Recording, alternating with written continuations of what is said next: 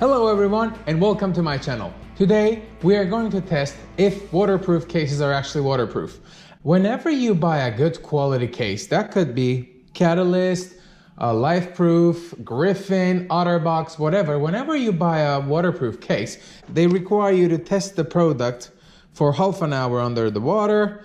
They ask for full submersion. So some people put some napkins in the case. Some people put some things that would help them detect if there was any leakage. But I think the best thing to use to detect water leakage is actually using an effervescent tablet. And this is what happens when an effervescent tablet meets the water. Even a little bit of water, you see, changes the composition of the thing.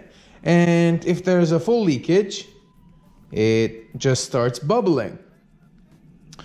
So, using this idea, I am going to put an effervescent tablet in this case during my waterproofness test.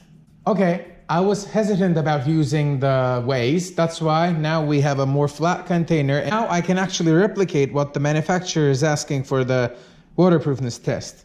You gotta make sure that your hands are dry so you don't touch the effervescent tablet with wet hands. Apart from that, let's go ahead and put one tablet here. One is enough in the case.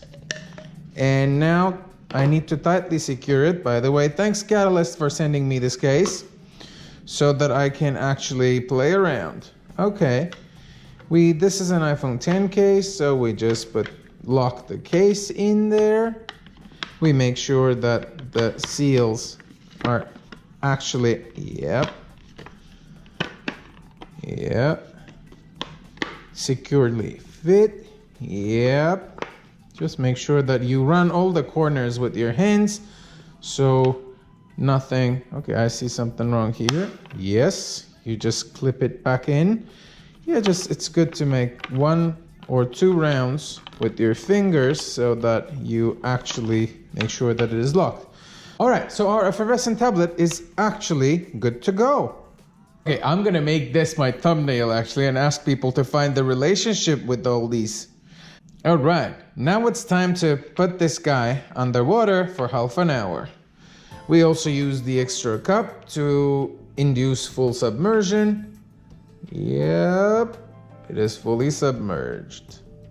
All right, now all we have to do is wait for half an hour to check how the effervescent tablet is doing.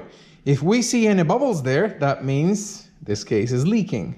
Okay, while waiting for half an hour for the case to stay underwater, let's go ahead and test what even a single drop of water can do to an effervescent tablet.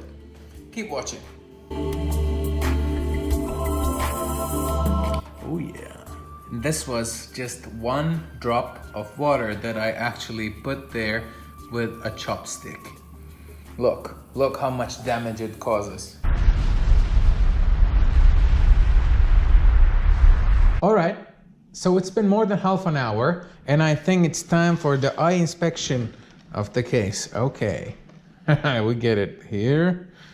First we take it off. By the way, you can see the effects of a drop of water on effervescent tablets. I can actually screen share here and show you what, okay, look. The case itself is wet, but the effervescent tablet is actually intact. So I think this is conclusive evidence. Look, I mean, if it had a little bit of water in there, this wouldn't slide as easy. So a water drop is not on the tablet. You can see I moved it around and same goes here. Okay, you are seeing what a drop of water can do to an effervescent tablet. It's usually not the case here. Just to be on the safe side, I'm shaking it around so it collects the water in there if there's any. And you know how the color changes and everything. So if there was any water in there, trust me, this effervescent tablet wouldn't stay intact.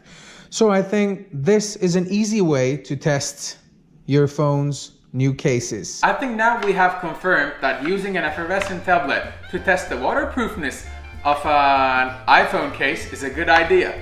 it remains intact, and it's like you know the result right away. If you just put in a napkin there, you need to first dry the thing, wait for it, and even during the test you can actually see from the top of the thing that if you see bubbles or if you see a color change on the effervescent tablet, you just know that the case is no good.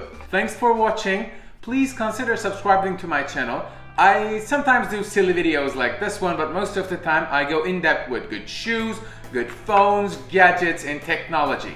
Well, of course, there's also a little bit of tennis here and there. Thanks a lot for watching. See you next time. Don't forget to subscribe.